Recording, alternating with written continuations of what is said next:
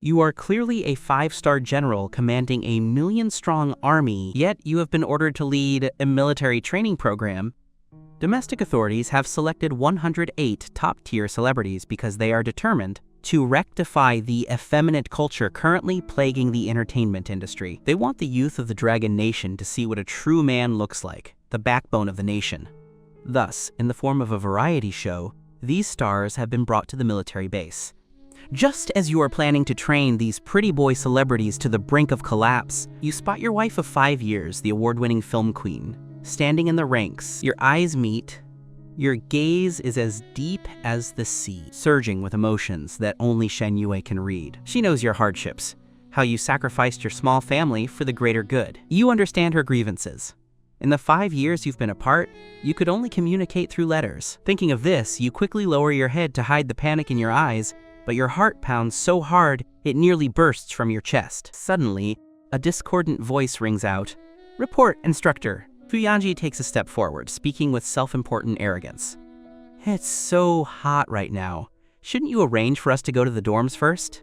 Beside him, Ziteng quickly follows suit. "Exactly. If we stay out in the sun any longer, we'll all get heat stroke." Bi Yuntao weakly chimes in. "My sunscreen spray is almost out. There's no hope." Mei Shiwang pushes up his glasses. "I demand a private room. It must have air conditioning and hot water." And Shiju goes even further. "I want a suite. The room must have a bathtub. My skin needs a daily milk bath for maintenance." The crowd gasps. Even the soldiers standing guard nearby can't help but twitch their lips. The live stream comments section explodes. What did I just hear? A milk bath? Why doesn't he ask for a swimming pool? Truly a reality check. Do these people know where they are? This is a military camp, not a luxury hotel. Faced with this string of absurd requests, you don't get angry. Instead, you say calmly, "So you're uncomfortable because of the heat, right?" "Correct," Fu Yanji nods with a haughty posture. "Understood. The heat is indeed a problem. Your voice sounds agreeable. I'll solve it." Li Ernu, front and center. A dark-skinned, honest-looking soldier runs over. You whisper something in his ear. Li Ernu freezes for a moment, then runs toward the barracks with a strange look in his eyes. Seeing this, Fu Yanji winks at those behind him, as if saying, "Look, I've got this handled." Du Ziteng immediately gives a thumbs up. "GGE, you're awesome." Bi Yuntao fawns. "Yeah, JGE, we'll be relying on you for the rest of the show." Before long, Li Ernu returns, carrying a thick, intimidating roll on his shoulder. It is a massive, heavy, high-pressure water hose, coiled like a sleeping giant python. Seeing this, Teacher Zhang, a veteran artist in the ranks, narrows his eyes instantly. He knows exactly what is about to happen. Fu Yanji is also stunned, asking unclearly, "Officer, are you preparing to let us wash our faces to cool down?" You sneer. "You're only half right. I'm going to let you cool down thoroughly from the inside out." Before the words land, you wave your hand and roar like a bell. "Chen Shanming, Gongjian, hook up the hose." "Yes, sir." 2 tall instructors step out and quickly connect the hose. The smile on Fu Yanji's face freezes. "Officer, what are you planning to do?" Ignoring him, you slowly make a downward chopping gesture to the 3 instructors. Whoosh! The thick hose is instantly filled with high-pressure water, straightening out violently like an enraged python. The celebrities panic. Fu Yanji realizes what's happening and shouts, "You dare? My father is the head of the Fuji group." Before he can finish, a thick white water dragon blasts him off his feet with thunderous force. Then, the water dragon roars, mercilessly sweeping across all the celebrities present. The scene turns into utter chaos. The male stars instinctively run like headless chickens, only to find themselves surrounded by invisible water cannons. The female stars scream, not because they are afraid, but because their high-end designer clothes will be ruined. The livestream chat goes wild. "Holy crap, he actually sprayed them. This instructor gives 0 face. Brilliant! I've hated that Fu Yanji for a long time. Let him keep acting tough now." In stark contrast, Teacher Zhang has maintained a perfect military stance from the moment the water hit. His eyes are fixed forward. The water soaks his hair, but he stands immovable like a pine tree. A few female stars beside him, though disheveled, haven't moved an inch. Shen Yue stares at you intensely. Her eyes hold confusion and disbelief, but mostly pride. "That's the man I chose. So damn handsome. Amidst the chaos, the director, Wu Tong, has eyes gleaming with excitement. "All cameras, move in! I want close-ups, close-ups!" The hesitant cameramen immediately rush forward. The dark lenses point at the fleeing stars like a row of cold rifle barrels. Seeing the cameras, the celebrities freeze. The lens is an invisible shackle around their necks. They don't want their image ruined. After the water dragon has roared for a full 3 minutes, you slowly raise your hand. The world falls silent, save for the dripping of water and the heavy panting of the crowd. You walk to the front of the formation, your gaze sweeping over everyone. "So, are we feeling cooler now?" Dead silence. No one dares to answer. Shame, anger, and coldness choke their throats. Just then, a clear, powerful voice breaks the silence. "Report, yes!" It is Teacher Zhang. He is still standing ramrod straight. A flash of approval crosses your eyes. "Speak." "Report, Chief Instructor." Teacher Zhang holds his head high, his voice booming. "It is very cool." You nod with satisfaction. "Very good. Return to ranks." But then, a voice suppressed with rage comes from the group. "I don't accept this." Fu Yanji, soaked like a drowned rat, steps out with a livid face. "You must give me an explanation. We are here for a show, not to be treated like prisoners." "Explanation?" You look at him calmly.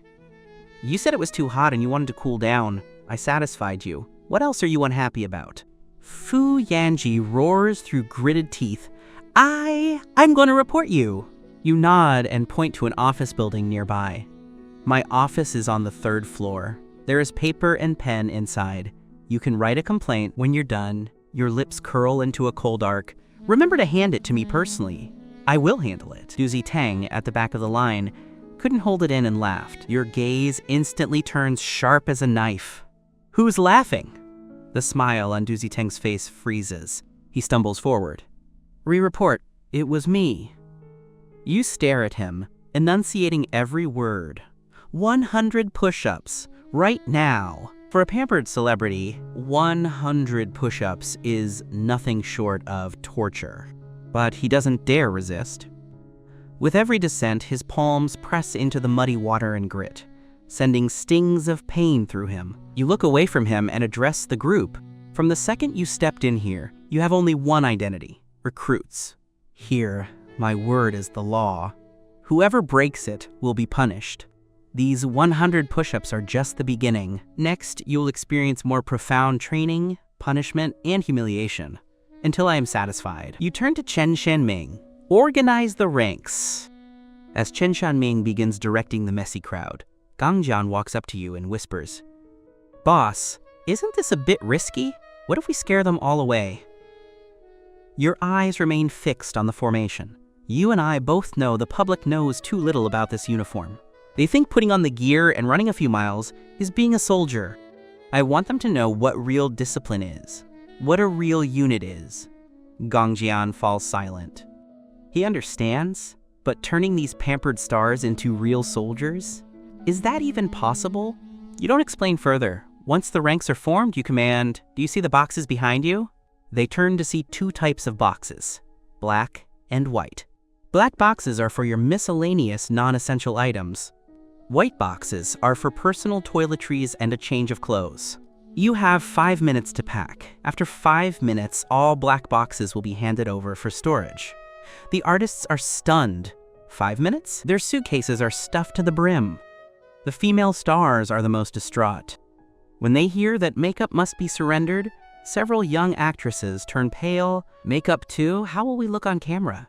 "It's over, I can't let people see my bare face." "Director, the crew didn't say it would be like this," compared to their breakdown. Shen Yue is much calmer, wearing a confident smile. Time ticks away. Just sorting through the contraband takes nearly half an hour. On the training ground, Chen Shanming looks at his military watch, his brow furrowed into a knot. Their procrastination has far exceeded his expectations. His patience was finally exhausted. Chen Shanming took a deep breath and roared, "Fall in, everyone!" A single angry roar caused the entire noisy training ground to fall silent instantly. Everyone's movements stopped, and they all looked toward him in unison. "Pick up the white boxes to your right and run into the dormitory, immediately." Chen Shanming's voice was like a resonant bell. With his command, everyone woke up as if from a dream and ran toward the dormitory. The dormitory building arrived quickly. Chen Shanming pointed upstairs and announced expressionlessly, "The second and third floors are the men's dormitories. The fourth floor is the women's dormitory. Dismissed." As soon as he finished speaking, the female celebrities' side was like a powder keg being lit. It exploded instantly. One female star screamed, "What? We are living in the same building as the men? How can this work? It's way too inconvenient." Another female star was also furious. "Exactly. What about washing up and going to the bathroom? There's no privacy at all. I don't agree. You must change us to another building." Just then, a cold voice came from behind the crowd. "What are you making a fuss about?" He walked over with a frown. Du Qian raised her chin and spoke with self-righteousness. Reporting to the chief instructor, "We female artists cannot live in the same building as male artists." Your gaze fell upon her, devoid of emotional fluctuation. Reason? Inconvenient. Don't like it, won't accept it. Du Qian said 3 parts in one breath, full of momentum. Quote, "We girls need personal privacy. Living in the same building as men, how can our privacy be guaranteed?"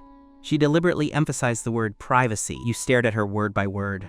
"So you think these men downstairs will wait until you aren't paying attention and sneak up to the 4th floor to look at you?" As soon as the words fell, the entire field went dead silent. The expression on Du Qian's face froze instantly. She suddenly reacted and instinctively looked back, only to see the male stars around her, whether veteran actors or young, fresh meat, looking at her with extremely displeased eyes. I didn't mean it that way," Du Qian hurriedly defended, her voice even changing pitch. "Oh no, I said too much and offended all the men." She quickly adjusted her expression, pulled out what she thought was a graceful smile for the male artists around her, then turned to you and said, "Living in the same building, washing up, resting, and various matters will be very inconvenient. This is just a reasonable request. Is even this not allowed?" She sneered in her heart. "This is a variety show with full-time recording. You, a chief instructor, if you won't even accommodate this reasonable request, I have plenty of ways to guide public opinion and finish you off."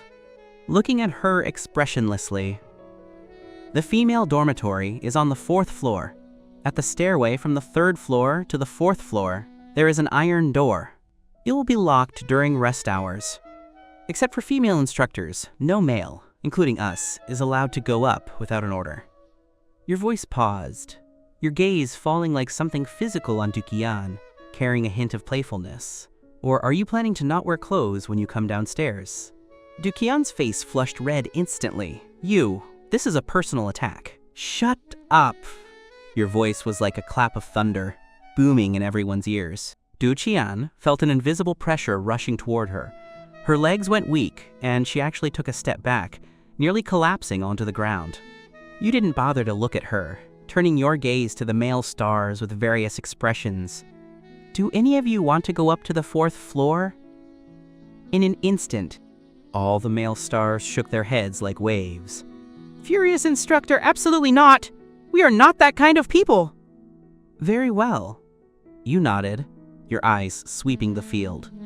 "Now everyone get into the dormitory, if you don't want to sleep on the playground." After saying that, you turned and left, leaving behind a cold and stern silhouette.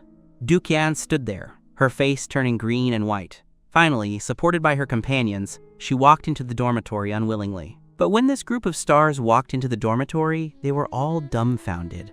Bi Yuntao cursed exaggeratedly. What the F*** is he doing? In a concrete room of nearly 40 square meters meant for 10 people, 5 iron bunk beds were placed against the walls on both sides. The bedboards were bare wood. There wasn't even a mattress. "No hope," Mei Shuang's mouth twitched. "This bed is too narrow. You'd fall off just by turning over. And there isn't even a mattress. How can we sleep?" Teacher Dai didn't say much. He put down his suitcase and looked around. Not bad. Hearing him say this, the others didn't dare say more. After all, the veteran actor's prestige was still there. But just as everyone was about to lie down and rest, Teacher Bai's voice suddenly rang out in the dorm. "I advise you all best not to lie on the beds." No Hope didn't even lift his eyelids, only letting out a snort from his nose and continuing to lie on the bed. Fu Yanji opened his eyes, squinting at Teacher Yi with a faint sneer. Teacher Yi, could it be the military has a regulation that beds cannot be sat on or lied on during non-rest hours? If you're tired, sit on the small stools. Those things are sturdy. Hearing him say this, several young people lying down didn't argue, but none of them moved. Fatigue was the best excuse. The atmosphere became stiff for a moment. Fu Yanji suddenly chuckled and spoke bluntly. I say, senior, just mind yourself. There are no instructors here. The sky won't fall if we lie down for a bit. As soon as he said this, the dormitory went silent. Teacher Bai looked at him helplessly and said no more. On the other side, in the female dormitory, the complaining was loud enough to lift the roof. Du Qian took the lead in making a scene. My God, it really is 10 people to a room, and there isn't even a private bathroom. And Shiju was so angry she kicked her suitcase over. How are we supposed to live here? I've never lived in such a place. What's the difference between this and prison? Du Qian used 2 fingers to pinch the edge of the bare bedboard, as if there were something filthy on it. Exactly, we came to participate in a show, not to truly be soldiers and suffer. She looked around, seeing faces filled with dissatisfaction, a sharp light flashing in her eyes. Du Qian cleared her throat and raised her voice. Sisters, we can't just let this go. We must unite and collectively protest to the production team, demanding a dormitory change. Yes, go protest. An Shiju immediately agreed. Several young female stars also followed with nods, feeling they must fight for reasonable treatment. Suddenly, a cold voice cut in. I advise you best not to go. The one speaking was Shen Yue, who was organizing her belongings. Du Qian looked at her defiantly. Shen Yue, what do you mean? Do you actually want to live in this hellhole? Shen Yue looked up, her eyes calmly sweeping over everyone. Of course I don't want to. But have you thought about where this is? This is the military. Her voice wasn't heavy, but it made the agitated crowd calm down a bit. The object of our protest is the production team, but the one who truly has the final say is the military. Shen Yue continued packing. You are challenging the military's rules. Don't let yourselves be used as gun fodder. In the end, we are the ones who will suffer. Her words were like a bucket of cold water poured over their heads.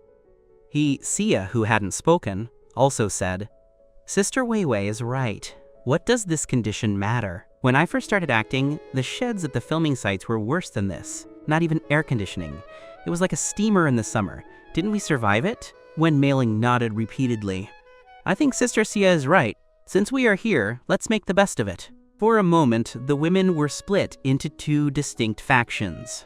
The resistance faction, led by Du Qian and An Shizu, was large in number and still indignant. The rule-abiding faction, led by Shen Yue and Sia, was smaller but logically clear and calm. Neither side would yield. The air in the dormitory was like a drawn bow, ready to snap. At this time, a military off-road vehicle with special license plates came to a steady stop in front of the base office building. The doors opened and 2 valiant figures stepped out. Leading them was a heroic-looking female major. She had a tall posture and eyes as sharp as an eagle. It was Tan Xiaoling, the captain of the Fire Phoenix Special Forces. Following her was an even younger and prettier female lieutenant, also carrying an aura of unruliness. It was Special Forces member Yi Kunshen. The 2 walked quickly into the office building, habitually arriving in front of an office. Tan Xiaoling straightened her uniform and knocked on the door. Report! Come in! Your voice drifted out from inside. The 2 women saw the familiar figure behind the desk and immediately snapped to attention with a standard military salute. You looked up at these 2 soldiers you had personally trained. Your eyes softened a bit as you gestured for them to sit. Tan Xiaoling couldn't help but ask curiously, Monkey, how? You are now a general commanding thousands of troops. Why did you think of taking on this kind of work? Yi Kunshin also puffed her cheeks in dissatisfaction. Letting a bunch of female celebrities experience life in the military, isn't that just a hassle? You leaned back in your chair, your face calm. This is a mission. What is a soldier's primary duty? Tan Xiaoling and Ye Kunshin's hearts skipped a beat. They stood up abruptly, their bodies ramrod straight. Resolutely obey orders! You smiled and waved your hand. Don't be so nervous. Among the artists coming this time, 40 of them are yours. There are quite a few troublemakers. Song Kaifei is almost being annoyed to death by them. Tan Xiaoling understood immediately. Chief, you mean correct. Your gaze fell on them. Female soldiers are more conveniently handled by female instructors. As for specific training tasks, Song Kaifei will coordinate with you. Yes. Tan Xiaoling and Ye Kunxin responded in unison, eyes flashing with excitement. Being able to serve under your command again was a great honor for them. You nodded and pressed the internal intercom on the desk. Gong Jian, come to my office. Soon, Instructor Gong Jian pushed the door and entered. Chief? You pointed at Tan Xiaoling and Ye Kunxin. These are the female instructors I found for you. Take them to interface with Song Kaifei. Gong Jian nodded. Yes. You looked at your watch. Notify everyone. The recruit company will assemble downstairs in 5 minutes. At this moment, the sharp sound of an assembly whistle rang out in the base without warning. In the men's dormitory, almost at the same second the whistle sounded, Teacher Bai's body was like a wound-up spring. He jumped out of bed. It wasn't a calculated move, but an instinct carved into his bones. He nimbly threw on his clothes and rushed out the door. On the other side, No Hope irritably put a pillow over his head. What the hell? Can't a person sleep? Next to him, Fu Yanji sat up slowly, a sneer of disdain on his face, his movements as elegant as if he were picking a suit to wear the next day in a luxury bedroom. The female dormitory was also a scene of polarization. Shen Yue and Hisaya jumped off their beds almost simultaneously. They glanced at each other, both seeing the solemnity in the other's eyes. They said nothing, dressed and tied their hair at maximum speed, then jogged out of the dorm. On the empty ground below the dormitory, Chen Shanming, Gong Jian, and Li Erniu stood like 3 iron towers, motionless. Teacher Yi was the first to arrive. His breathing was slightly labored, but he quickly fell into formation. Shen Yue, Xia, and other figures arrived one after another, automatically forming into several crooked rows. Time passed second by second. More and more latecomers arrived, in groups of 2s and 3s, scattered, and with faces full of reluctance. No Hope yawned, walking forward with his head down unwillingly. Fu Yanji had his hands in his pockets, walking slowly as if inspecting his own troops, a disdainful smile on his lips. And Duqian's group was even more like walking a red carpet at a banquet, chatting as they walked, unable to help but cover their mouths and giggle when they reached a funny part. When the last person stood still, Chen Shanming raised his wrist and looked at the numbers on his watch. 15 minutes and 28 seconds. Chen Shanming's voice boomed like a clap of thunder, shaking everyone's hearts. Do you know what 15 minutes means? He took a step forward, his sharp gaze like a knife scraping across everyone's faces. On the battlefield, this is enough for the enemy to complete a flanking maneuver. Enough for your position to be covered by artillery fire 3 times over. His chest heaved violently. He was clearly angry to the extreme. Celebrity idols? You are just a bunch of moving targets. Most of the artists were stunned by this sudden, thunderous rage. But soon, disdain quietly grew in some people's hearts. It's just recording a show. Is there a need to take it to this level? Do you really think you're someone special? Yu Hian took a small step forward and raised her hand. Report, instructor. Chen Shanming frowned. Speak! We demand a dormitory change. Duqian's voice was crisp and loud, without a trace of fear. The dormitory conditions are far too poor. 10 people squeezed into one small room without even a private bathroom. She looked around, seemingly seeking support. We came to experience military life and spread positive energy, not to suffer. Only in a comfortable environment can we maintain the best state to complete the subsequent training, right? As soon as her voice fell, a wave of agreement rose behind her. Exactly, Yanzi is right. And Shizhu also shouted, these conditions are too primitive. My skin is having an allergic reaction. If you don't change the dorm, we won't train. Won't train?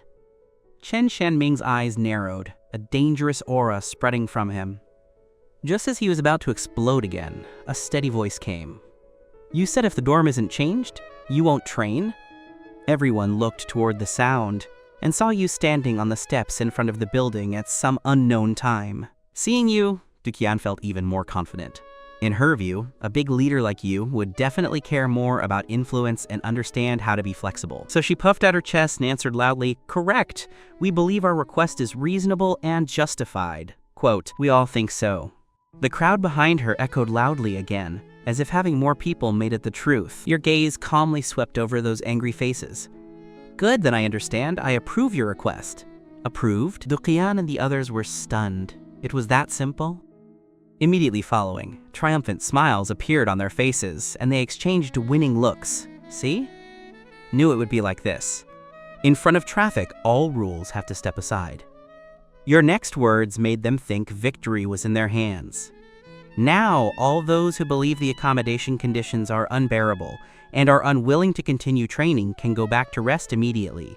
Then you ordered Chen Shanming. Invite all these people back to the dormitory to rest. You put heavy emphasis on the word invite. Chen Shanming, of course, knew what you were up to. A flash of excitement crossed his eyes. Guaranteed to complete the mission. Duqian and the other dissatisfied people truly thought they were being invited back to rest. They could even imagine moving into a 5-star hotel tomorrow. Seeing the female stars going upstairs, some male artists couldn't stay still either and walked toward the dormitory. You didn't care about them. The original team of nearly 100 people was instantly emptied by more than half, leaving only about 30 artists standing lonely on the empty ground. The live comments were also in chaos. Giving in so easily? Seems it's still the game of capital. Disappointed. To the person above, our sister is making a reasonable request, okay? Don't just label her. Seems the instructor has no way to deal with these drama queen stars. Your little mistress just wants to fight for a better environment. What's wrong with that? Amidst the noise, no one noticed your mouth slowly curling into a meaningful smile. A smile with the composure of a hunter seeing prey step into a trap. But this smile was seen by Shen Yue. She felt a burst of amusement in her heart. This guy is gonna pull something again. Sure enough, the next second, your roar rang out across the square. Your gaze fell on the remaining crowd. And you? Do you want to go up and rest, too? Teacher Yi took a step forward, his body ramrod straight. Reporting to the instructor, we obey all arrangements. Good. You looked at Teacher Yi appreciatively. You knew he had served in the military in his youth. It seemed the sense of discipline carved into his bones had been completely awakened. In the crowd, Rice Bucket scratched his head and spoke honestly. Instructor, our clothes are covered in mud and sweat. Can we change first? You can. You looked at Chen Shanming. Take them to the warehouse to collect training uniforms. From now on, training uniforms are your only clothing. Hearing the words, training uniforms, the artists present, especially the men, their eyes lit up instantly. That was a man's longing. Who hasn't had a military dream? Chen Shanming and Li Yi turned and waved to the crowd. Follow me, move faster. The 30-odd people immediately formed into several crooked lines and jogged toward the warehouse following Chen Shanming. Shen Yue was mixed in the crowd, trying her best to imitate the instructor's posture, keeping her back straight and swinging her arms. However, her running posture was slightly clumsy. Several times she nearly twisted her ankle. She didn't dare cry out that she was tired, only gritting her teeth and working hard to keep up with the team's pace. You stood in place without moving, but your gaze followed that petite figure struggling to run in the team. Seeing her stubborn refusal to fall behind, your eyes unconsciously softened. In those deep pupils, there was a gentleness like crushed starlight. You had been married to her for 5 years. No wedding, no banquet, you hadn't even told anyone. In these 5 years, the time you spent in the military was far longer than the time you spent by her side. You owed her a grand wedding. You owed her a status that everyone knew. A strong surge of guilt welled up in your heart. When this variety show ends, you made up your mind. When it's over, I must give her the grandest wedding. This thought only flashed for a moment. When you looked up again, that brief gentleness had vanished without a trace, replaced by the coldness of a hunter. Netizens seeing this scene instantly exploded. Holy asterisk, asterisk, asterisk! Did you guys see Instructor Yi's gaze just now? I felt a chill through the screen. Saw it. 1 second he was normal. The next he was terrifying. This guy has definitely been on a battlefield. Otherwise, it's impossible to have this kind of aura. You turned and spoke to Li Ernu beside you. Go find me some sturdy iron chains. Li Ernu didn't hesitate for a second and immediately turned to execute the order. Although he didn't understand the chief instructor's intention, a soldier's duty was to obey. After all the remaining artists had changed clothes and come out, you picked up the walkie-talkie, your voice as cold as ice. Chen Shanming, in order to allow the comrades resting upstairs to have a resting environment without being disturbed. Your voice paused, saying word by word, "Lock the main door to their dormitory floor from the outside for me." Yes, Chen Shenming's voice carried an irrepressible excitement. Ha ha ha, lock the door. Physical confinement. This move is brilliant. Let them cry for help and no one will answer. That's it? I thought the chains were for something else. They're just to lock a door. Inside the dormitories upstairs, Du Qian and the group of pampered stars heard the sound of the iron chains locking the door downstairs. Far from being afraid, they became even more smug. Hear that? They locked the door. Are they afraid we'll run? One female star said with a laugh. I think they're afraid we'll cause more trouble and affect the show's filming. Du Qian lay on the bed, her tone full of intimacy. Just wait. In less than half a day, the production team will be crying and begging us to come out. Just then, the central air conditioning in the room made a beep and began to operate. A breeze blew out from the vent. They even turned on the AC? At least they're sensible. Satisfied smiles appeared on everyone's faces. They all found a comfortable position, preparing to have a nice sleep. However, a few minutes later, they felt something was wrong. The temperature in the room seemed to be rising instead of falling. Is the AC broken? Someone walked under the vent and reached up to feel it. Holy asterisk, asterisk, asterisk. This is blowing hot air. With his exclamation, everyone realized the seriousness of the problem. The temperature in the room continued to climb, quickly becoming like a steamer, so muggy people couldn't catch their breath. Large beads of sweat began to drop from them. Hair stuck to their faces in a pathetic mess. Du Qian roared while drenched in sweat. Open the door! Open the door quickly! It's killing us! We want to go out! The artists downstairs listened to the commotion, their expressions changing from confusion to shock. They weren't fools. Upstairs, the AC suddenly starts blowing hot air. Downstairs, the door is locked with chains, and then screams like they are being boiled alive come from upstairs. The three things linked together, and a terrifying truth surfaced in everyone's mind. The livestream comments exploded after a short silence. I get it! A sea blowing hot air. This is physical heating. A forced sauna. My God, this is too ruthless. I thought locking the door was the limit, didn't expect this move. Killing the heart. Instructor Yi is the ancestor of tactical play. Downstairs. Chen Shenming walked in front of the team expressionlessly, turning a deaf ear to the screams from upstairs. Everyone, rest in place for 10 minutes. Then your voice came. Have the cooking squad prepare some iced mung bean soup to help the disciplined comrades downstairs beat the heat. A few minutes later, a soldier from the cooking squad wearing a white chef's uniform pushed a small stainless steel cart over. Everyone looked at each other. No one dared to be the first to step forward. Finally, a brave male artist hesitantly walked over and took a bowl. He took a tentative sip. The next second, his eyes lit up. Gulp! Gulp! In one breath, he drained the entire bowl of mung bean soup, letting out a sigh of extreme satisfaction. I finally come back to life! This sound was like a charge signal. Everyone rushed up like crazy. Rice Bucket managed to grab a bowl. The icy liquid cut through his scorching throat, instantly dispelling all the heat. He couldn't help but sigh. Actually, the military is pretty good. The people around him nodded in agreement, completely forgetting how they were being dominated a few hours ago. Ha ha ha ha, look at Rice Bucket, and his lack of ambition, bought over by a bowl of mung bean soup. Upstairs is in deep water and fire. Downstairs is quiet and peaceful. The contrast is too brutal. I declare this is no longer a simple military variety show. It's a song of ice and fire. Meanwhile, in the dormitories upstairs, the temperature had climbed to a suffocating height. The air was scorching. Inhaling it into the lungs felt like a burning sensation. Several female stars had completely collapsed, lying on the floor without even the strength to cry out. Quote, No Hope now had bloodshot eyes, like a trapped beast. He let out a roar and kicked the sturdy door violently. Thud. A massive sound, but it didn't budge. No Hope held his foot, hopping on one leg in pain, cursing incessantly. One female star pointed at the central AC vent on the ceiling, her voice weak yet crazed. Tear it down! Smash it! Smash it! Just as No Hope picked up a chair, preparing to smash it toward the AC, the broadcast speaker in the corner of the room suddenly crackled to life. Chen Shenming's emotionless voice echoed clearly in the room. A friendly reminder to everyone. All facilities within the dormitory are public property of the military. Do you know the consequences of willfully destroying military property? No hope. Holding the chair, froze instantly. Everyone was stunned. Detention and fines.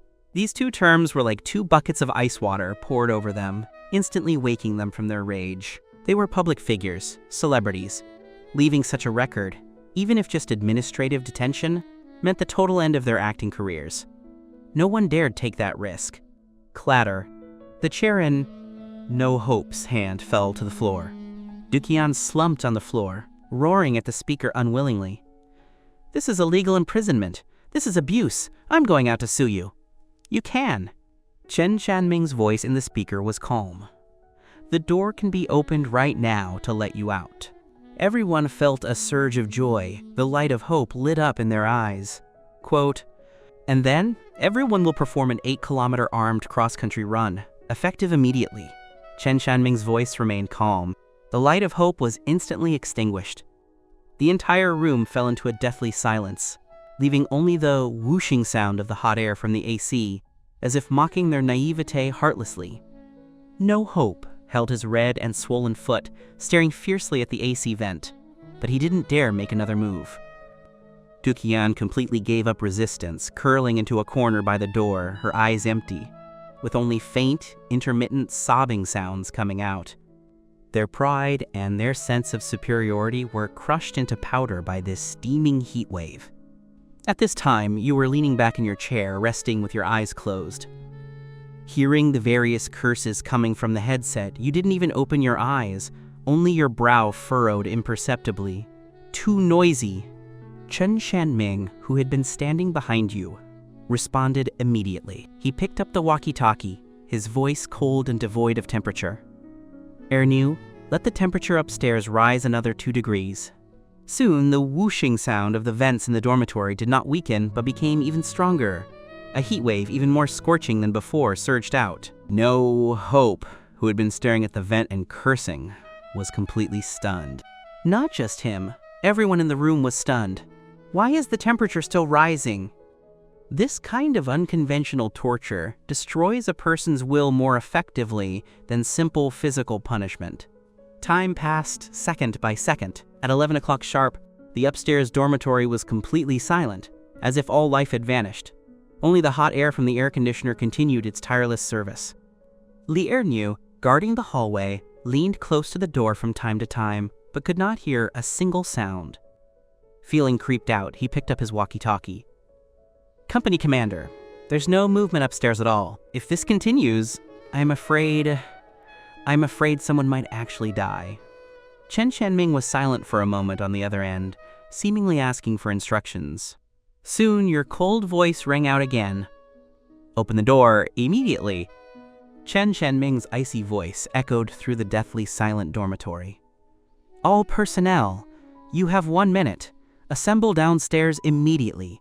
Latecomers will face the consequences." The celebrities, who were previously like piles of limp mud, seemed to be injected with a shot of adrenaline the moment they heard the word assemble. The instinct to survive overwhelmed all humiliation. They scrambled up from the floor using both hands and feet, staggering toward the door and pouring out in a chaotic crawl. In less than 40 seconds, everyone appeared on the open ground downstairs, disheveled and untidy. Chen Shanming stood before them, his gaze scraping over each of their pathetic faces one by one. Is there anyone else who refuses to follow management? Total silence. No one dared to speak. No one even dared to meet his eyes. In the silence, someone muttered in a raspy, tearful voice, "It's all No Hope's Meiji Wang fault for insisting on defying the chief instructor." These words were like a fuse. Complaints began to spread through the crowd. "And Dukian, if you two hadn't led the way, why would we be suffering like this?" The allies who had shared a common enemy just moments ago disintegrated instantly in the face of absolute pressure, beginning to turn on one another. You gave the order to the nearby instructors. Take them back and tidy them up properly. The phrase, "tidy them up," gave the stars a glimmer of hope, as they thought they were being sent to wash up and organize themselves. Only the instructors had meaningful smirks playing at the corners of their mouths. You looked down at your watch. Lunch starts at 12 o'clock sharp. Just as you gave the order, a tall, upright young instructor stepped to the front of the group. He was He Chengguang, the squad leader who would be in charge of them. He Chengguang's eyes swept over everyone, his voice clear and powerful. All squads, target dormitory building, double time, march. The order was issued, allowing no hesitation. The celebrities, who had just crawled out of hell, dragged their leaden legs and began to move again. In the hallway, dozens of olive-drab canvas duffel bags were piled up, each sprayed with a name in white paint. He Chengguang pointed at the pile and continued his orders. Find the bag with your name on it and move it back to your dorm immediately. Inside are all the personal items you will need for the next half month. You have 20 minutes to wash up and change. In 20 minutes, everyone must be in their training uniforms and assembled downstairs. Start! With the command, the previously lifeless stars seemed to have a fast-forward button pressed.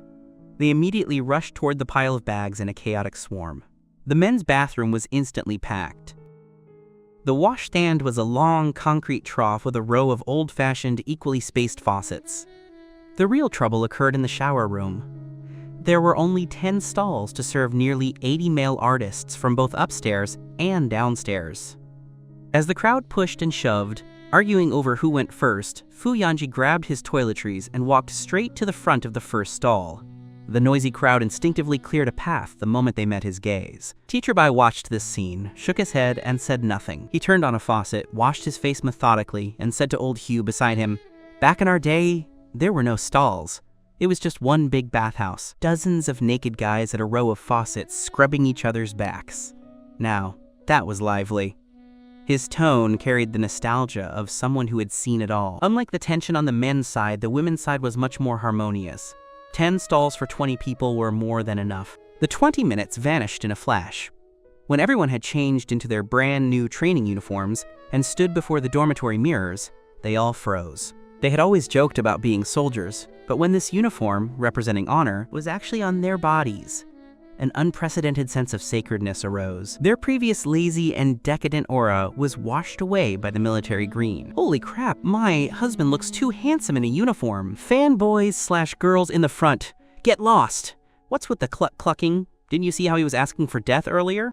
To be honest, some people don't look like princes even in dragon robes. They just look effeminate and lack any masculinity. Live chat was ignited again by the topic of the uniforms.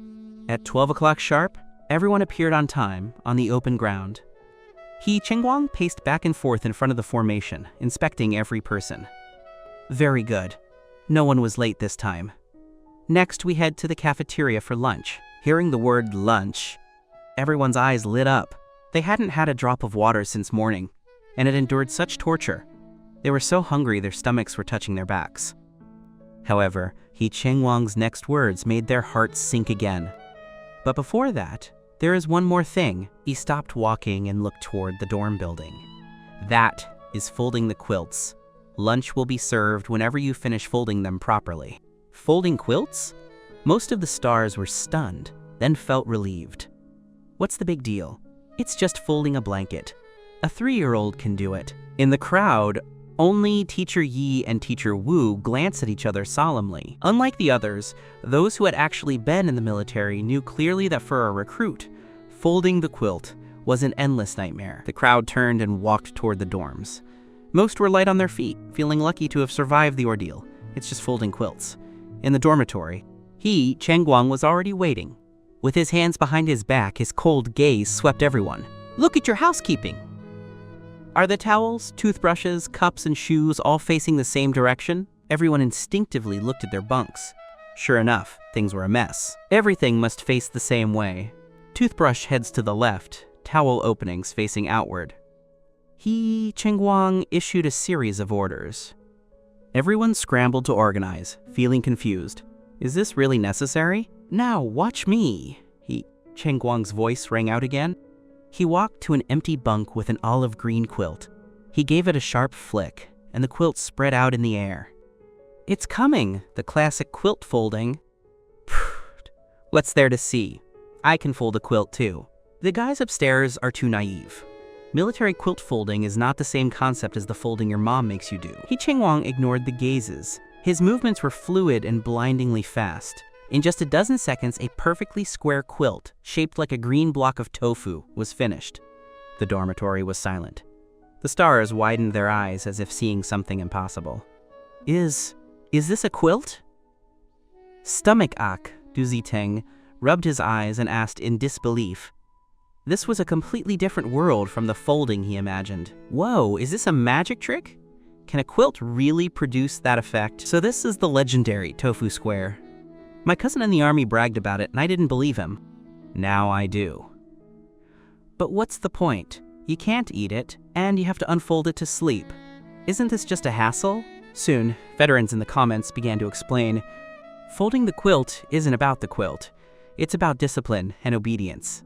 It's to carve the words, orders, and prohibitions into your bones. Precisely when all your details are standardized can you achieve absolute obedience on the battlefield. It's a spiritual magic. I see. Suddenly it makes sense. I was being shallow. Now I understand why some pretty boys look like sissies even in uniform. They lack the sense of discipline that comes from the bones. In the dorm, He Cheng Wang clapped the dust off his hands. Understood? Starting now, remember you only have one chance. Anyone whose quilt is substandard will have it thrown into the pond downstairs, then you'll fish it out and keep folding. Lunch will be served when the quilts are done. The command was given, and everyone snapped out of it, rushing to their bunks. However, when they actually put their hands on the olive green quilts, they realized what despair meant. Oh my god, why is this quilt so stiff? Rice Bucket, Fan Tong, was sweating profusely but couldn't press it flat. Wails rose one after another. The quilts in their hands seemed to have lives of their own and wouldn't cooperate. However, Teacher Yi froze for a moment when he touched the quilt. A subtle joy appeared on his face. This quilt is old. Others didn't know, but he knew perfectly well. For folding tofu squares, new quilts are a true hell because they are too elastic and spring back no matter how you press them. An old quilt that veterans have slept in for years is much easier to shape into sharp edges. Teacher Yi glanced out the window at the chief instructor.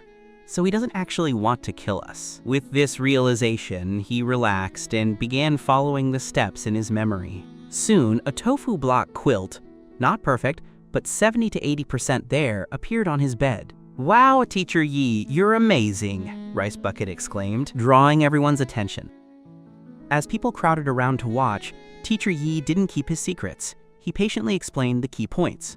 For a moment, the learning atmosphere in the dorm was unprecedentedly thick. After all, no one wanted their quilt soaked in a pond. However, there are exceptions to everything. While the members were getting into the swing of things under the straight-A student, Teacher Yi, other dorms were filled with despair.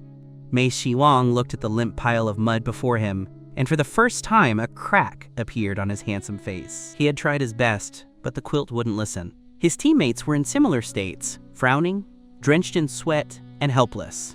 Time passed. Squad 3's area was terrifyingly quiet. Macy Wang's refined face was full of confusion. This thing, it doesn't follow logic. Beside him, Bian Tao had given up using his hands and was trying to use his entire body weight to press the quilt. Du Ziteng was trying hard, carefully pinching a corner, but his quilt was soft like it had no bones. It collapsed as soon as he let go.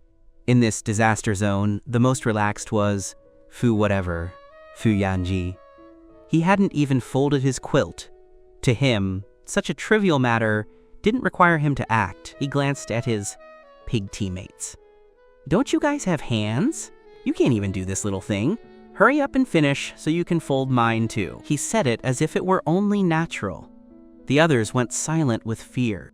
Assembly for lunch is in 10 minutes. If the whole squad gets punished because of you, think about the consequences yourselves. Hearing this, their faces turned pale. Being punished was one thing, but offending this lord meant a miserable life in the entertainment industry later. Just as they were in a bind, a small figure entered. It was Rice Bucket, who had walked in from outside. Seeing Fu Yanji, he greeted him. Hi, Brother Zhai. Fu Yanji's eyes lit up. Your name is Rice Bucket, right? Rice Bucket was delighted. As a newcomer, he always wanted to flatter the big stars, and he didn't expect the prince to know him. Fu Yanji chuckled. Rice Bucket, the people here are too stupid to fold a quilt. Can you? I can, absolutely, Rice Bucket replied before he could finish. Brother Zhai, just watch me. He rolled up his sleeves and got to work. In no time, he finished Fu Yanji's and even helped Mei Shiwang and the others. Fu Yanji was overjoyed and patted Rice Bucket on the shoulder. "Good brother. When we get back, I'll arrange an audition for you immediately. You'll be the male lead in the next show." Rice Bucket didn't expect happiness to come so suddenly. He had struggled for over a decade as a supporting actor, and now folding a quilt made him a quote, traffic star. This scene was clearly presented to the audience via the ubiquitous cameras. "Whoa, you can do that. Is that cheating?" LOL, the real state of the entertainment industry workplace. The big shots boss the small shots around, and the small shots have to be grateful. Just then, Chen Shanming's loud shout came from outside. Everyone immediately stopped and lined up in the hallway. Chen Shanming, inspecting them, nodded with satisfaction. It seemed the first day's show of force worked well. But just as he was about to announce lunch, you walked over slowly. The noisy crowd went silent instantly as an invisible pressure hit them. Your gaze didn't linger on anyone as you walked straight to Squad 3's door. "Who is the squad leader of Squad 3? A muscular soldier stepped out, saluted, and reported. "Report, Chief Instructor, Squad 3 leader, Shu Tianlong." You nodded and turned your gaze to Fu Yanji in the formation. "Is the quilt on your bed folded by yourself?" Fu Yanji's face flickered. He remained silent for a few seconds before squeezing out a single word. "Yes," then folded again right now in front of everyone. Fu Yanji's face turned the color of pig liver. Was he being made to look like a fool in public? He stood there, his lips trembling, finally whispering, "I can't." Those words were soft, but they exploded like a bomb in everyone's ears. However, you didn't punish him. Instead, you turned your gaze to Squad 3 leader Shu Tianlong. When one person makes a mistake, the whole squad shares the responsibility. As squad leader, failing to supervise and teach is a dereliction of duty. Squad leader Shu Tianlong, 2,000 push-ups. Start now. 2,000 push-ups? Everyone gasped. This was not a number a normal person could complete. This was clearly a death sentence penalty. Fu Yanji looked up at you in disbelief. He thought you would punish him or humiliate him, but he never expected you to punish Shu Tianlong. Shu Tianlong had no expression. The moment he heard the order, he roared, "Yes!" with a voice that pierced the air. He stepped back, placed his hands on the ground, and began push-ups without a moment's hesitation. 1, 2, 3, 4.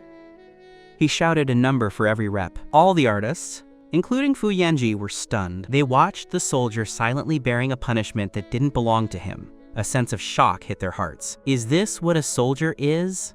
Quote, 37, 38. Shu Tianlong's voice grew raspy. Sweat dripped from his resolute jawline. His arms began to tremble slightly, but his form remained textbook perfect. The entire Squad 3 stared at him, not daring to breathe. The heavy counting sounds were like a hammer hitting their chests. It was unbearable. This feeling was 10,000 times worse than being punished themselves. Whoa, this squad leader is a real man. No words, just gets to it. This is a soldier. When an order comes, there is no thought other than execution. It hurts to watch. It wasn't his fault. Fu Yanji probably feels worse than anyone right now, since the leader is taking the hit for him. Fu Yanji did feel terrible. He clenched his fists so hard his nails dug into his palms, but he felt no pain. His eyes never left Shu Tianlong. Why? Just because he's the squad leader? Just because he wears this uniform? 79, 80. When the 80th push-up was done, Du Ziteng couldn't take it anymore. He stepped out of the formation and gave you a non-standard salute. Report, Chief Instructor. Please stop punishing the leader. We are willing to take the punishment for him. Mei Shiwang also stepped out, face full of anxiety. Instructor, we are willing to be punished together. But your eyes were cold as ice. Did you fold your own quilts? Their expressions froze. Yes, we folded them ourselves, Du Ziteng said, biting the bullet. You nodded. Since you folded them yourselves, why didn't you teach him? Or did you think his status was special, and you didn't dare or want to manage him? The string of questions hit them like a barrage of bullets. They did think that way. Who was Fu Yanji? He was the prince of the industry. Who would dare meddle in his business? Just then, Fu Yanji seemed to make a decision and looked up. Report, Chief Instructor. I didn't fold the quilt. The responsibility is mine alone. I will fold it. His pride prevented him from saying, quote, I will take the punishment. so he tried to reclaim some dignity this way. You looked at him indifferently. Does folding it now have any meaning? Your squad leader has already paid the price for you. But if you want to make amends, you can. You pointed to the playground nearby. A 5-kilometer armed cross-country run. If you finish, your leader's punishment is waived. 5 kilometers? Armed? They usually struggled to run 800 meters. This was a death sentence. 5 kilometers armed run? Crazy! I ran that in college and felt half dead. Is Instructor Yi a devil? Can my Oppa, with his thin frame, even finish? Now let's see what Fu Yanji chooses. Let the leader suffer, or risk his own life. Fu Yanji looked at the plastic track glowing red under the sun. His Adam's apple bobbed. Finally, he gritted his teeth and roared a response. Your gaze swept the remaining members of Squad 3. Is it just him? Is the honor of a dormitory maintained by one person alone? Bi Yuntao, Mei Shiwang, and Du Ziteng's faces turned incredibly ugly. They glanced at Fu Yanji. Offending the chief instructor only meant punishment. But if they offended Fu Yanji, how would they survive in the industry? Their eyes met, seeing the struggle. Finally, the survival instinct for their careers beat their fear of physical exertion. Report! Me too! Bi Yuntao gritted his teeth and stepped out. And me! Me too! Mei Jiwang and Du Ziteng also stepped out. You looked at these 4 people, the mocking curve of your lips becoming more obvious. Very good. All personnel, to the playground. Then you turned to Shu Tianlong. Go with them. Your 2,000 push-ups aren't finished. You start when they start running. You only stop when they finish the run. Understand? Yes! Shu Tianlong roared, hitting the ground again. But this time, he deliberately slowed his movements. He understood your intent. This was giving the 4 men a chance, while also placing the heaviest psychological shackles on them. Gongjian couldn't help but remark from the side, this is a ruthless move. Watching their leader drain his strength rep by representative because of them is 100 times more painful than being punished directly. His gaze fell on Fu Yanji. This Fu Yanji has a lot of bad habits, but he still has some blood in him. He's not beyond saving, you sneered. Jade needs a heavy hammer to be shaped. As for the other 4, you didn't finish, but the disdain in your eyes said everything. Gongjian nodded. You were using this to force out their sense of responsibility, to make them understand they weren't stars here. They were a collective. You took a sip of water. Whether they understand depends on them. I hope these pampered artists can give me a surprise. On the playground, under the scorching sun, the 5 men started their heavy steps. 1 kilometer per lap, 5 laps in total. Shu Tianlong's counting echoed in their ears like a drumbeat of doom. Fu Yanji ran at the front, gritting his teeth. He knew nothing of pacing or breathing. He only had one thought: run faster, even faster. If he finished, the leader wouldn't have to suffer. Sweat soaked his uniform, making it sticky and suffocating. His lungs felt like they were on fire. Every breath tasted like blood. 2 laps in, Bi Yuntao and the others were clearly falling behind. Their speed dropped to a walk. I can't do it. Mei Shiwang stopped and sat on the track, gasping for air. Du Ziteng looked at the struggling Fu Yanji with despair. Fu Yanji slowed down, but he didn't stop. His eyes were fixed forward. Shu Tianlong's voice rang in his ears. 131, 132. That number was like a knife carving into his heart. He couldn't stop. At 49 minutes, when Fu Yanji used his last bit of strength to stagger across the finish line, the timer froze at a moment he would never forget. His legs went soft, and he collapsed face first onto the ground like a pile of mud. The track was scorching from the sun, feeling like a hot iron against his cheek, but he could no longer feel it. His lungs were empty, every breath like swallowing knives.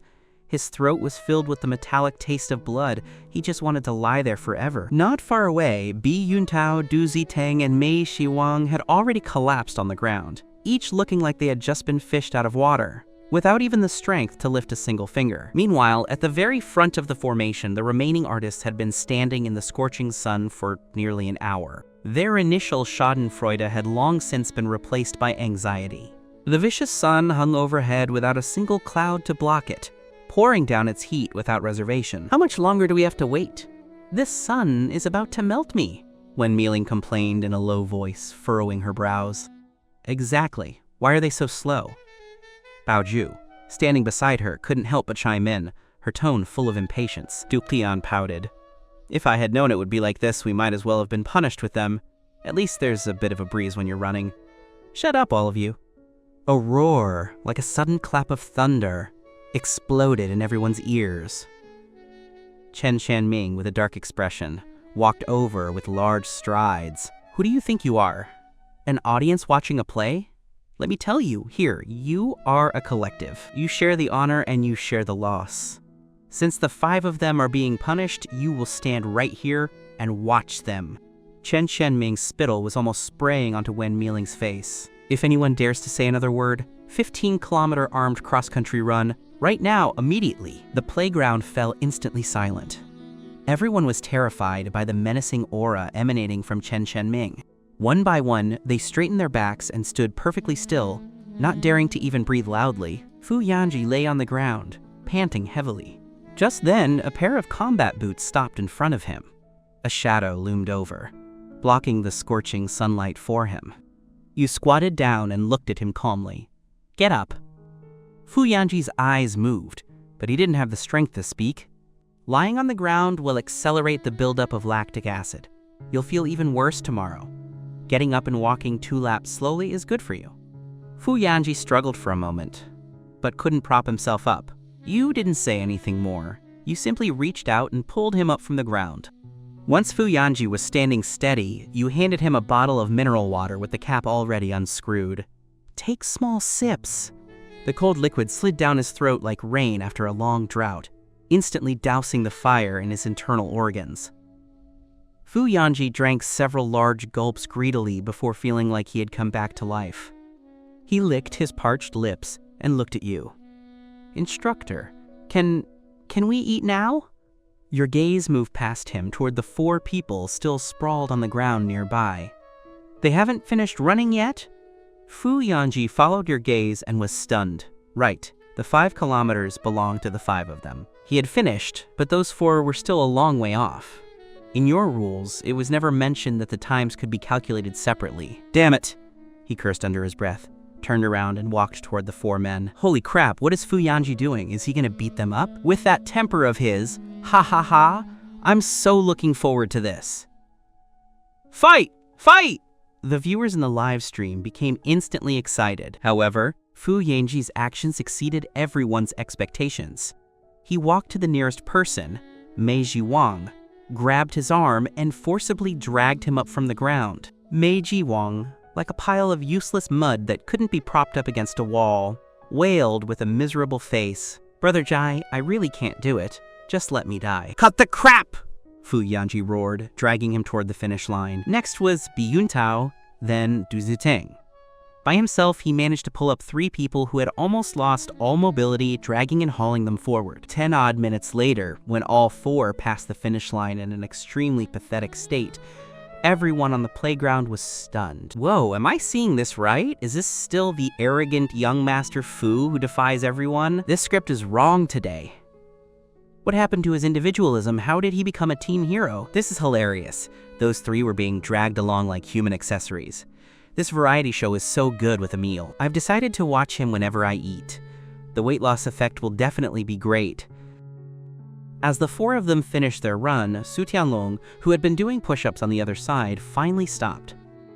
Sweat slid down his chiseled face and dripped onto the burning plastic track, evaporating instantly. 1, 200, a full 1, 200 standard push-ups. Mei Shuang and the others collapsed behind the finish line, unable to even stand steadily. Their gaze toward Fu Yanji was filled with complex emotions, both gratitude and shame. Fu Yanji turned around and walked straight toward Shu Tianlong, a smile of asking for credit on his face. Squad leader! Shu Tianlong looked up, wiped the sweat from his face with the back of his hand, and looked at him with a calm gaze. See that? I finished the 5 kilometers. Fu Yanji tilted his chin, his voice full of pride. I saved you from 800 of those 2,000 push-ups. Pretty decent of me, right? He leaned in closer and lowered his voice as if sharing a secret. Give me a bit of a break in the unit later, okay? He thought his heroic feat would surely earn him some preferential treatment. However, the moment he finished speaking, Shu Tianlong's face gradually darkened. Give you a break?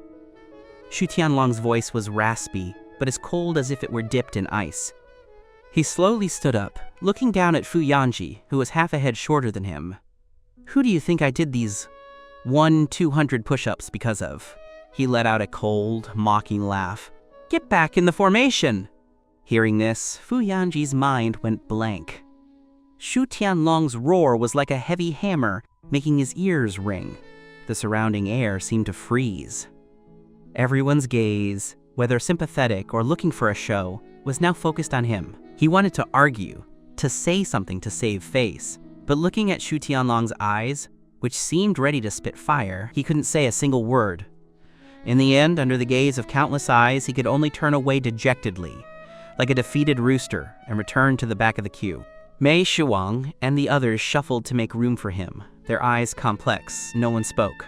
The bit of gratitude they felt earlier had been washed away by this sudden embarrassment. Now, the four of them were truly brothers in misery. At 1 p.m., when everyone dragged their leaden legs to the cafeteria entrance, a rich aroma of food aggressively entered everyone's nostrils.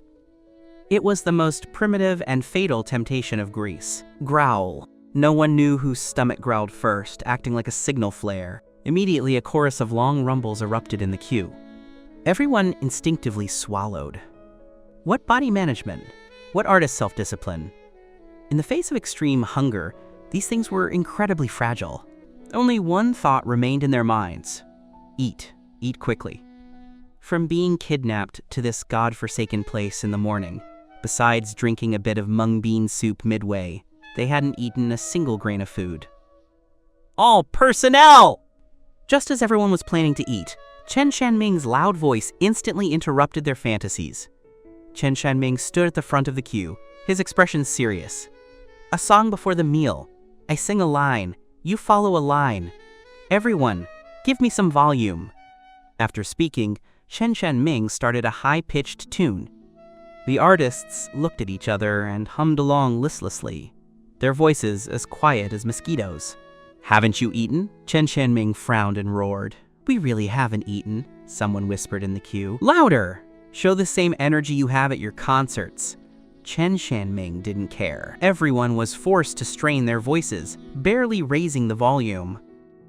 By the time the song was finished, everyone felt more tired than they did after running the 5 kilometers. All right, now by squad order, 4 people to a table. Stand by your dining tables.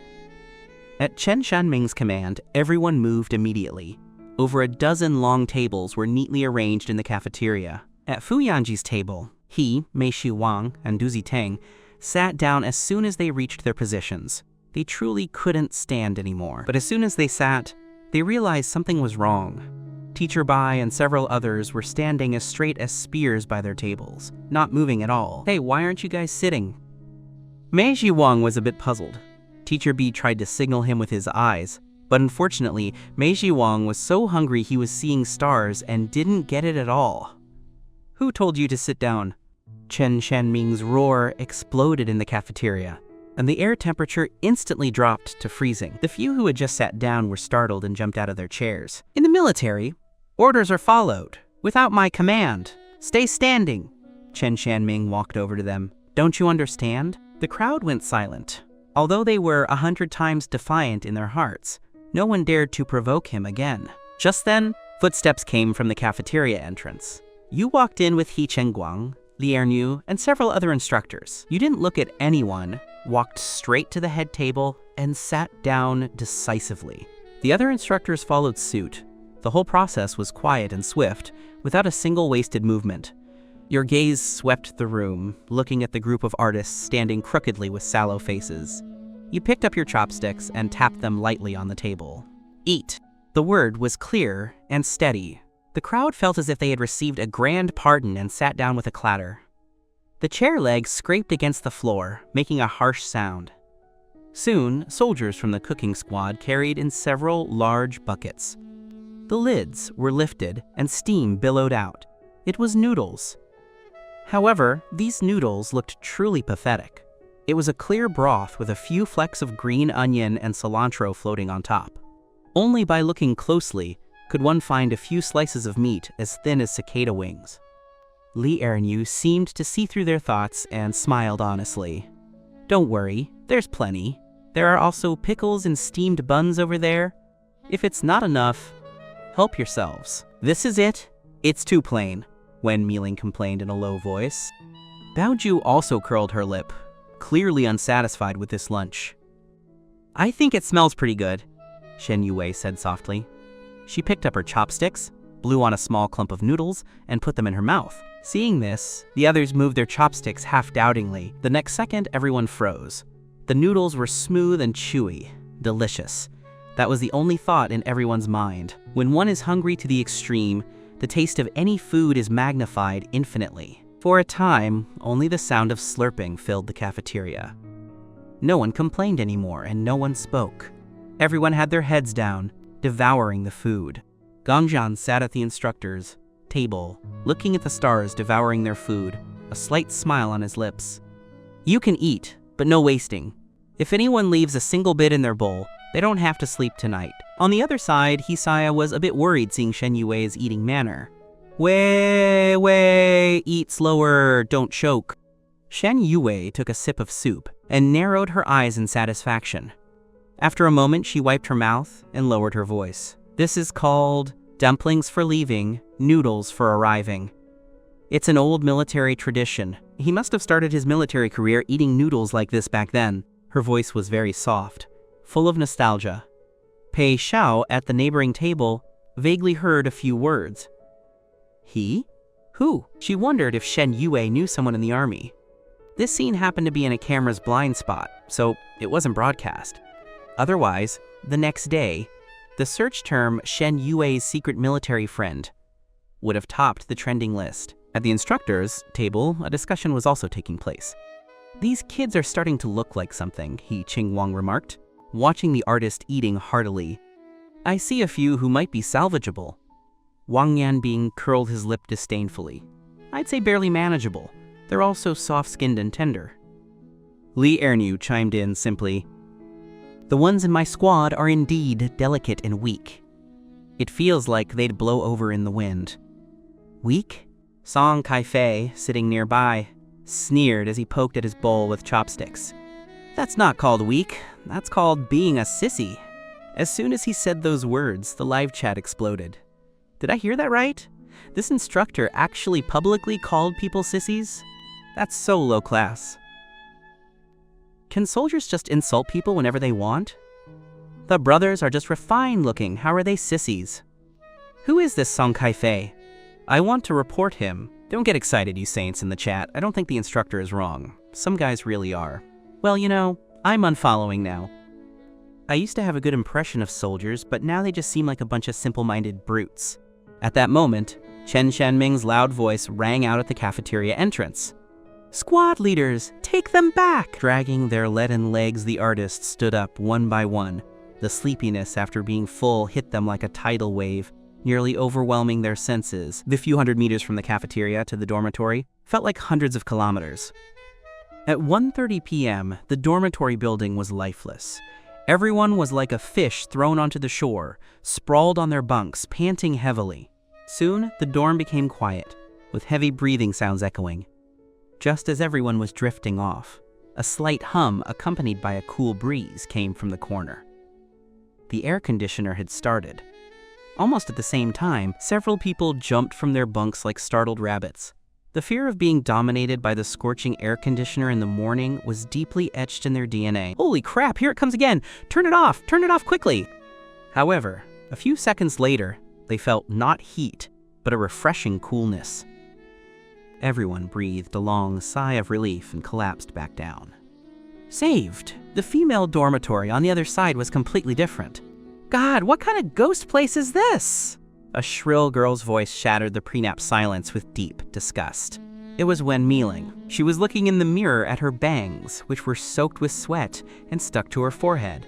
Her expression was, pinch, D. Even pig feed is better than this food, and these clothes are thick and stiff. They've rubbed my skin red. She pulled at her collar, revealing red marks near her collarbone caused by the coarse fabric, looking as if she had suffered a great grievance.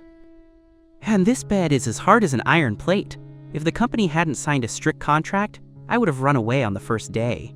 Her complaints were like a stone thrown into water, immediately creating ripples. Several female artists who are usually close to her chimed in. Exactly. I feel like the skincare products I brought are useless.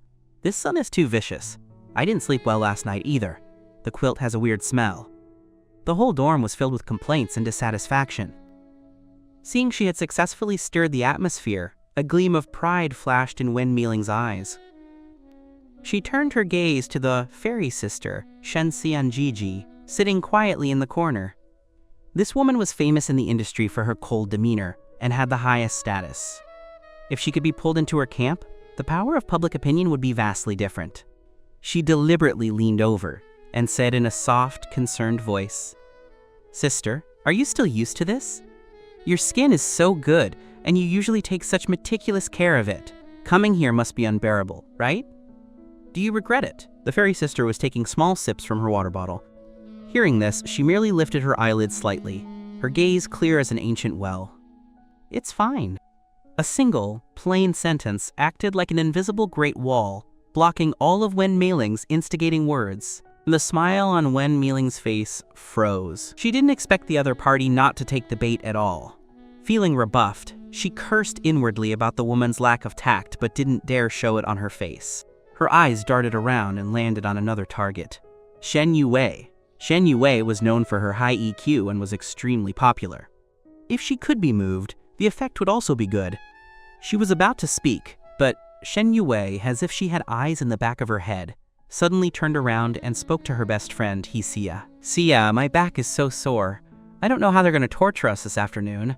Let's lie down and rest quickly, otherwise we really won't make it." After speaking, she pulled Xia, and the two of them lay back on their respective beds, using their actions to show they refused to join any topic. The mouthful of words Wen Meiling had prepared was forced back down. She was so angry her teeth itched, and her nails dug into her palms. These two key figures, one impervious and the other slippery, made her feel like a jumping clown. "This is hilarious. Shen Yue's move was perfect avoidance. I've learned this EQ move. Wen Meiling must be furious right now. Look at her expression, ha ha ha." Just then, another troublemaker, Du Qian, stood up. She pulled at her sweat-soaked training uniform, looking frustrated. "I can't stand it. It's so sticky. I want to change." As she spoke, she walked to her cabinet and took out the neatly folded summer service dress. "I want to change too." Me too, me too. It's more comfortable to nap in this." Baoju responded immediately. Several of them took out their summer service dresses, preparing to change. The live chat became instantly excited. "Oh ho, is the big scene coming? Hurry up, I've got my screenshot button ready."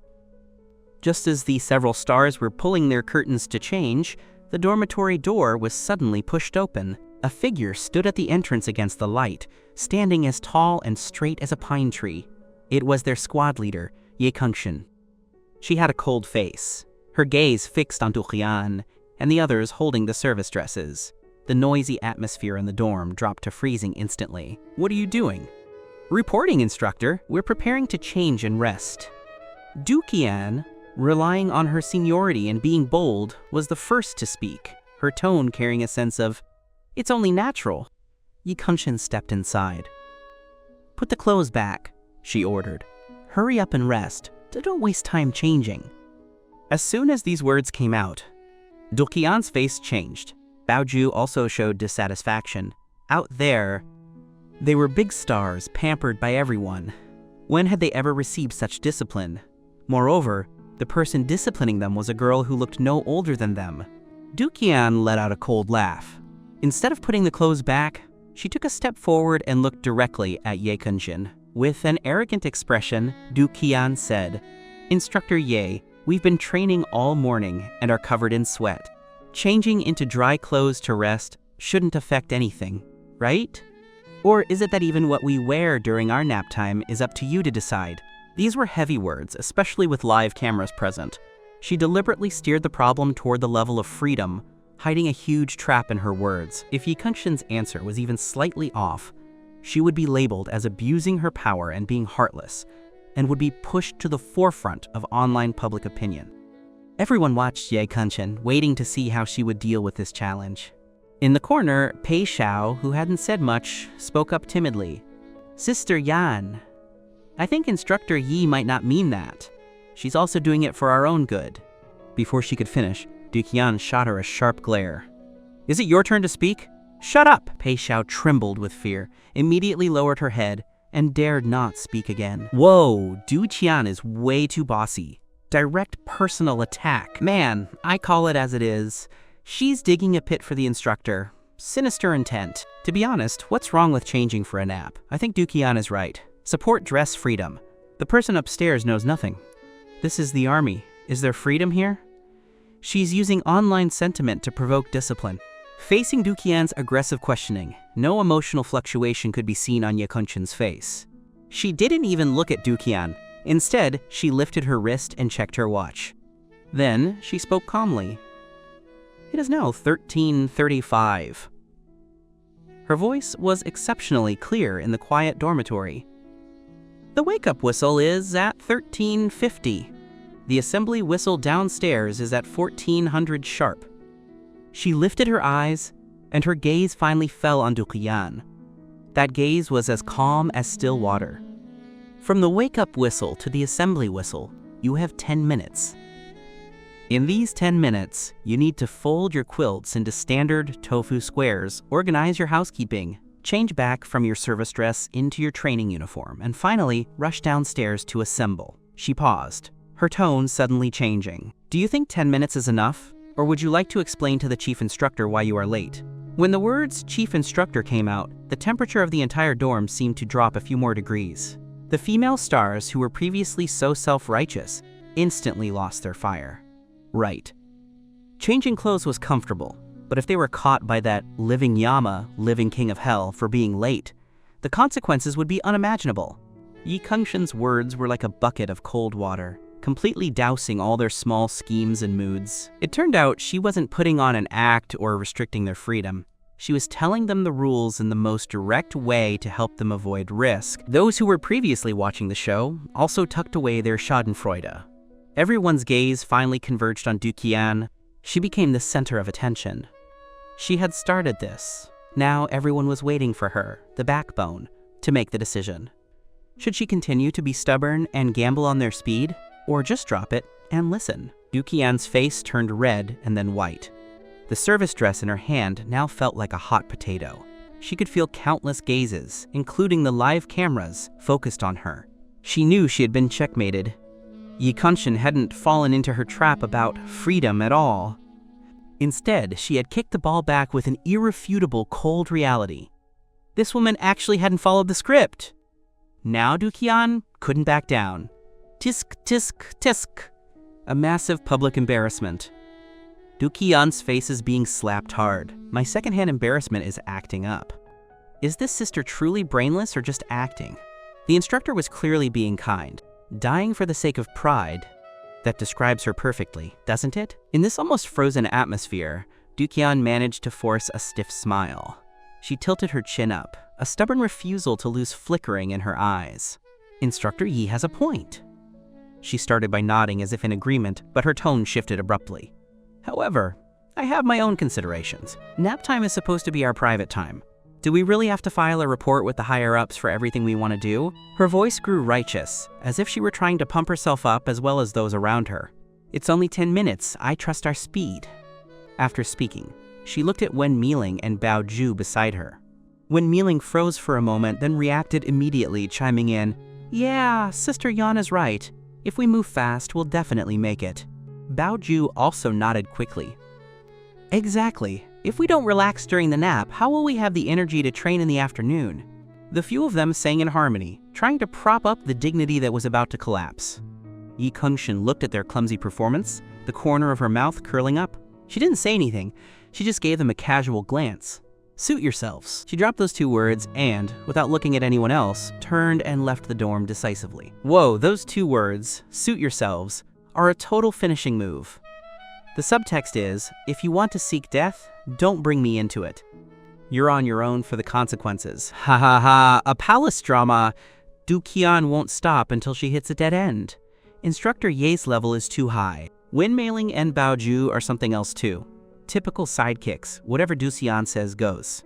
Isn't this the legendary huddling together for warmth? Old entertainment industry tactics? Poor Pei Xiao. She was the only one who spoke up for the instructor just now. She probably won't have a good time later. As Ye Kun-sun's figure disappeared at the door, the extreme tension in the dorm instantly dissipated. Several people breathed a sigh of relief, the layer of cold sweat on their backs feeling chilly under the air conditioning. At this moment, Duqian pursed her lips tightly, her face still looking terrible. Although she had won back a bit of face verbally, she knew deep down that she had lost that exchange miserably. Sister Yan, don't be angry, Wen Mealing leaned in, whispering comfort. That Yi Kengxin is just a minor instructor. What is there to be proud of? We have plenty of fans. When the time comes, we'll guide the public opinion and say, a military instructor bullied female artists. We're the vulnerable group. The netizens will definitely be on our side. Baoju also joined in. Yeah, when we package it later, we can even get some sympathy from the fans and boost our personas. They chatted back and forth, as if they could already see the hope of turning defeat into victory. From the corner, Fan Gongju, who had been quiet, suddenly spoke up lazily. So, are we still changing clothes? Duqian whipped her head around, shooting a sharp glare. But when she saw it was Fan Gongju, the "Are you stupid?" that had rushed to her lips was swallowed back down. She couldn't afford to offend Fan Gongju. Everyone knew that the one standing behind her was the executive producer of this show. Offending her was the same as offending the entire production team. Duqian felt a surge of stifling frustration. With no place to vent her nameless fire, she could only hold it in. She gave a heavy snort, didn't answer Fan Gongju's question, turned, and threw the service dress in her hand onto the bed before lying down herself. She didn't say to change, and she didn't say not to change. The others took the hint. No one dared to truly challenge the bottom line of that living Yama. Thus, a bizarre scene appeared in the dorm. A group of female celebrities wearing their sweat-soaked training uniforms didn't even dare to take off their jackets. They just lay halfway on their beds with their eyes closed, not saying a word. It was called a nap, but it looked more like waiting for a final sentencing at an execution ground. Only Shen Yue had no desire to sleep. She turned on her side and tugged at the corner of Hisaya's clothes on the neighboring bunk. Hisaya was wearing an eye mask to catch some sleep. Feeling the tug, she lifted the mask impatiently. "What is it now, my lady? Do you think the training intensity this afternoon will be very high?" Hisaya sighed and put the eye mask back on, her voice muffled underneath. "You're only thinking about this now? Too late? I'm just a bit worried." Shen Yue's gaze drifted out the window, looking at the empty ground distorted by the sun's heat. A figure involuntarily appeared in her mind, a figure also wearing this military uniform, standing as straight as a pine tree. I wonder if he was also managed like this back then. Her voice grew even lower, as if talking to herself. 5 years in a flash. He must have worked very hard. Hisaya suddenly sat up, pulling off her mask, and warned her in a low voice, "Keep your voice down! There are cameras everywhere!" Shen Yue stuck out her tongue, knowing she had slipped up. Hisaya looked at her with a hint of heartache, but her tone remained serious. This was his own choice. You couldn't stop him then, and worrying now won't help. "I know." Shen Yue lowered her eyes, her long eyelashes casting a dim shadow. "I just miss him a little. It's been 8 years.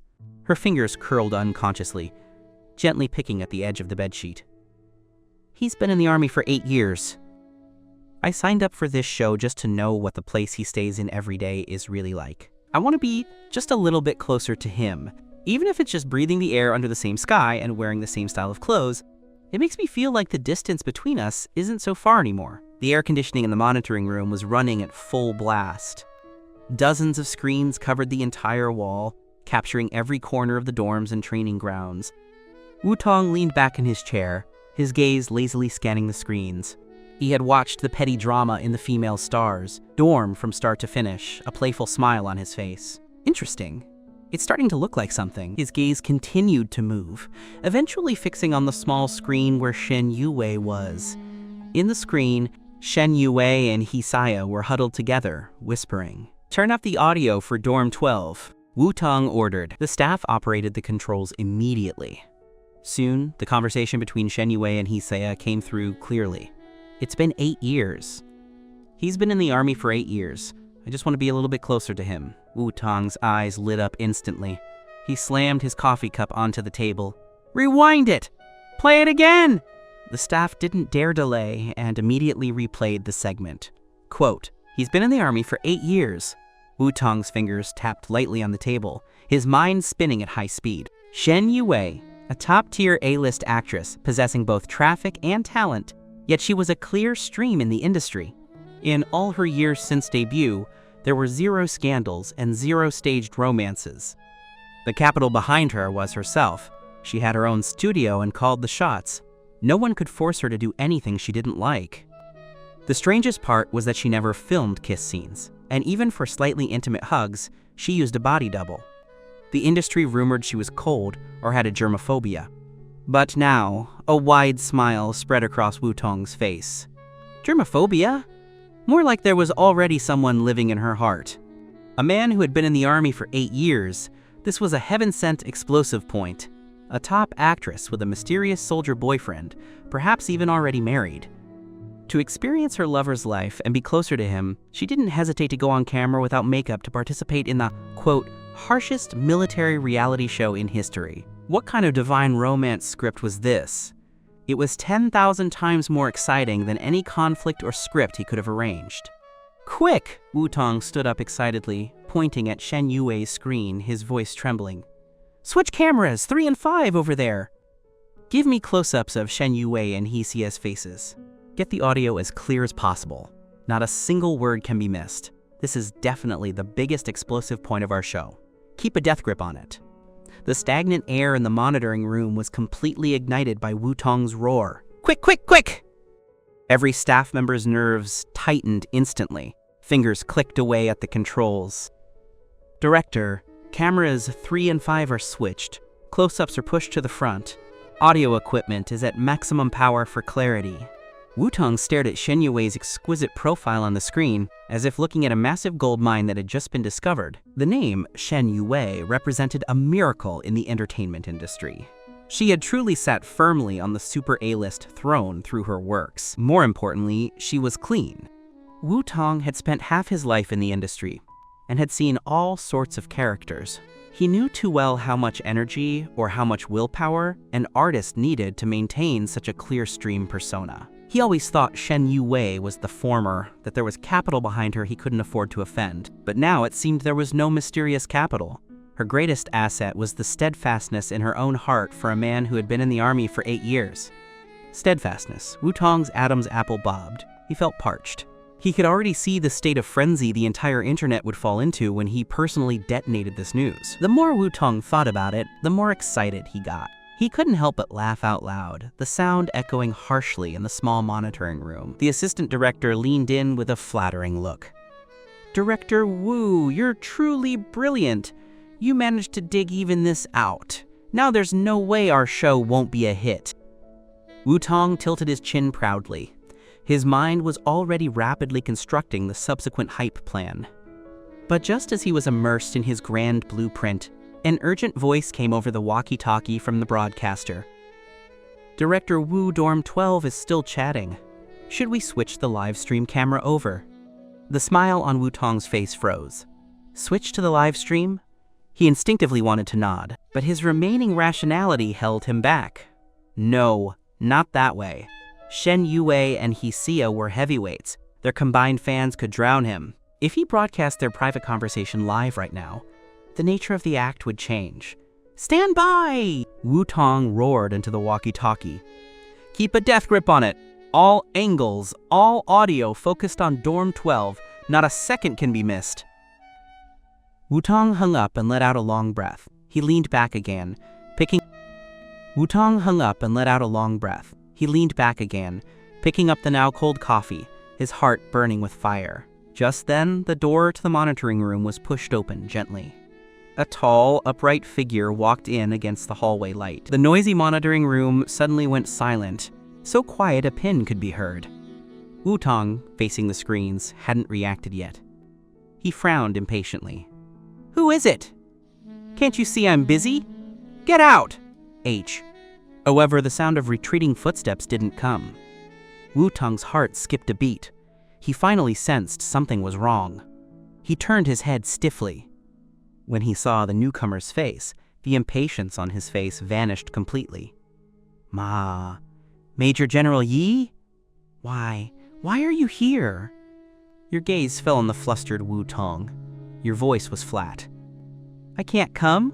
No, of course not." Wu-Tong waved his hands hurriedly. "I mean, if you had any instructions, just a phone call would do." In front of you, Wu-Tong felt like a mouse meeting a cat. But then, his mind started spinning rapidly again. Fear was one thing, but opportunity seemed to have arrived as well. He was just worrying about how to handle the Shen Yue explosive point. Your appearance was like someone bringing a pillow just as he was getting sleepy. Who was this? The youngest general in the country? If he could get your approval, he could go all out. Thinking of this, a gleam reappeared in Wu-Tong's eyes. He rubbed his hands, a smile plastered on his face as he approached carefully. "You've come at the perfect time. I just discovered some huge news and was about to report to you." Your gaze remained flat. "Speak." Wu-Tong lowered his voice, pointing mysteriously at the screen where Shen Yue was. "Look, this is Shen Yue's dorm. We just intercepted that she seems to have a boyfriend she's been with for 8 years, and he's a soldier." After speaking, Wu-Tong looked up at you with eyes full of expectation. However, your face remained devoid of any emotion. Wu-Tong felt a bit of internal panic, but the arrow was on the string and had to be shot. He bit the bullet and continued to embellish. "You might not know our industry well, but this is a massive explosive point. Top actress, mysterious soldier boyfriend, 8 years of waiting. If this topic gets out, our show will absolutely skyrocket." The more Wu-Tong spoke, the more excited he became, as if he could already see success waving at him. "My idea is, we don't have to say it directly. We just edit some suggestive clips and release them, letting the netizens fill in the blanks themselves. That way, we get the heat, and the topic explodes. Even if Shen Yue's side comes knocking, we can say it's just overinterpretation by the fans and has nothing to do with the production team. This is what we call winning without a move." Wu-Tong was talking with spit flying everywhere, completely failing to notice that your gaze had gradually turned cold. It was a chill emanating from the depths of a glacier, devoid of any warmth. It wasn't until Wu-Tong finished that you spoke slowly. Though your voice wasn't loud, it was like an ice pick stabbing into Wu-Tong's heart. "Where is the evidence?" Wu-Tong froze. "Huh?" He didn't quite react. Your gaze looked straight at him as you repeated, "I'm asking you, where is the evidence?" Wu-Tong finally snapped out of it. He instinctively waved his hand. "Oh, see, you're an outsider to this. When we do publicity and create topics, where do we need rock-solid evidence? Typhus. What we want is this feeling of catching shadows and ambiguity. As long as we throw the hook out, there will naturally be plenty of people helping us find evidence and rounding out the story for us. By the time the whole internet is discussing it, who cares what's true or false? Heat is everything." Wu-Tong wanted to continue boasting about his marketing scripture, but he suddenly realized your face was so dark, it seemed about to drip water. In those bottomless eyes, a dark undercurrent was churning that he didn't understand, but made his heart skip a beat in fear. Wu-Tong's throat felt as if gripped by an invisible hand. His remaining words were stuck. He felt his back instantly drenched in cold sweat. He wanted to laugh, to make a joke to smooth over the awkward atmosphere, but the corners of his mouth were as stiff as if frozen. Your gaze was too cold. You slowly withdrew it and turned back to look at the monitor wall. Your voice wasn't loud, but it spread clearly throughout the broadcasting room. "I'll ask you a question. What was the original intention of this show?" Wu-Tong let out a sharp sigh of relief, thinking the topic had finally shifted. He hurried to answer, "Publicity! Of course, it's to publicize the glorious image of our country's soldiers. Let the people of the whole country see how brave and fearless our warriors are, how worthy of respect they are. This is the greatest honor for our production team and our unshakable responsibility." After listening, you didn't turn around. "Publicize the military," you repeated softly, your tone carrying mockery. 5 years ago, the southern border dam burst. It was a major flood unseen in 100 years. The first to charge up were the warriors of the local bridge and pontoon brigade. They fought continuously for 72 hours, using their bodies of flesh and blood to plug 3 major breaches, saving a county town of 300,000 people downstream. In that battle, 127 officers and soldiers of the brigade sacrificed their lives. Their average age was less than 20. In the broadcasting room, everyone stopped their work. I remember very clearly. That day, the military invited the media, wanting to publicize the heroic deeds of these men. You paused, your voice turning icy, but not a single mainstream media outlet showed up, because on that same day, a traffic star was holding a concert in the neighboring city. The entire internet's trending searches were overwhelming, reporting on how successful his concert was and how crazy the fans were. 127 lives couldn't buy a single headline in the entertainment section. Director Wu, tell me, is this the publicity you're talking about? Wu Tong's face had turned from pale to ash gray. You didn't give him a chance to explain and continued. 5 years ago, I was still a recruit in that same brigade. My squad leader, my best friend, got caught in a whirlpool while trying to save a little girl trapped on a roof. He never came back up. He was only 19 when he died. He had just shown me a photo of his fiancée. He was smiling like a fool then. Your fist clenched quietly at your side. I went to his hometown to deliver his belongings and a letter he didn't have time to mail. And what did I see? Bulldozers. The old district where his home was being demolished because a female celebrity was marrying into a wealthy family and wanted to level that land to build a European-style town as a wedding gift. When I arrived, his elderly parents were being dragged out of the ruins, crying their hearts out, and on the internet, everyone was wishing that actress a happy marriage, praising how romantic and fairy tale-like her love was. No one knew that under the foundation of that so-called charming town lay the home of a hero. No one knew the hero's parents had their legs broken for trying to keep their son's last memory. Your eyes turned slightly red.